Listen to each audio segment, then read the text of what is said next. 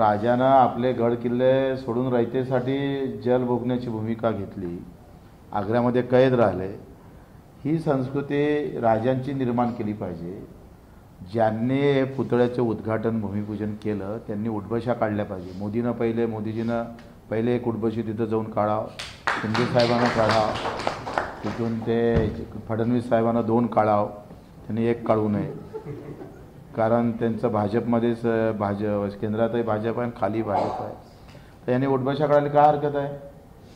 आणि त्यांनी काढल्यानंतर आम्ही काढू नंतर, मग कारण आम्ही सोबत होतो म्हणून. माझा हेतू हा प्रामाणिक होता, किंबहुना बच्चूभाऊंचा जो हेतू तोच आहे की 4 डिसेंबरला राजकोटला शिवाजी महाराजांच्या पुतळ्याचं अनावरण झालं. त्या अनावरणासाठी खुद्द पंतप्रधान नरेंद्र मोदी आले होते. मी 12 डिसेंबरला पत्र लिहिलं नरेंद्र मोदीजींना की जो पुतळा तिथं बसवला आहे तो अप टू द मार्क नाही आहे, त्याच्यात अनेक त्रुटी आहेत. त्या पत्राची काही दखल घेतली नाही आणि दुर्दैवाने तो पुतळा पडला.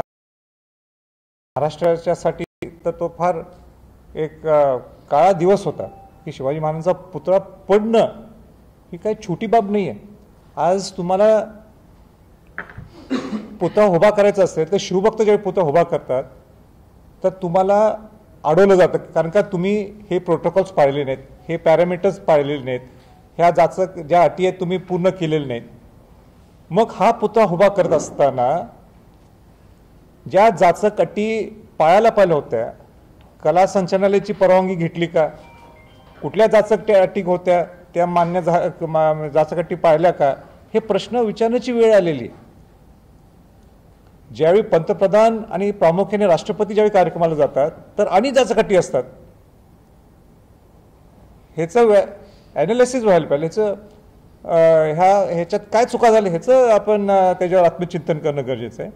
आणि सरकारने, कारण का कोण सरकारमध्ये बसले महत्त्वाचं नाही, पण सरकारने काय आरोप प्रत्यारोप होत असतील तो आमचा विषय नाही, पण सरकारने काय करायला पाहिजे की ज्या काही चुका झाल्या असतील त्याच्यावर दुरुस्त करणे, नवीन तुम्ही पुतळा कसा किंवा स्मारक कसं चांगलं उभा करता येईल ह्याच्याकडे तुम्ही काय करणार आहे, आणि जे काही कोण दोषी असतात त्याच्यावर कारवाई करावी. पण अशा चुका ह्या महाराष्ट्राला परवडणार नाहीत हे मी या मताचं आहे. आणि म्हणून घाई गडबडीने तुम्ही तो पुतळ्याचं मागच्या वेळी लोकसभेच्या अगोदर उद्घाटन केलं आणि म्हणून ह्याचे काय जे परिणाम भोगावे लागले ते आपल्याला सगळ्यांना भोगावे लागले. हे काही कोणाचं एकट्याचं नुकसान नाही, आमच्या सर्वांचं नुकसान आहे, महाराष्ट्राचं नुकसान आहे.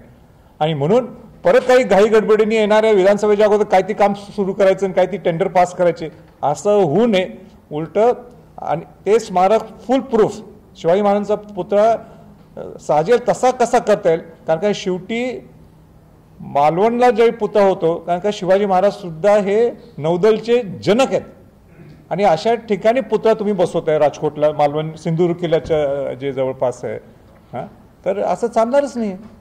म्हणजे एकदा चूक, एवढी मोठी चूक झालेली आहे, ही न भरणारी चूक आहे, परत होऊ नये याची खबरदारी सरकारने घ्यायला पाहिजे.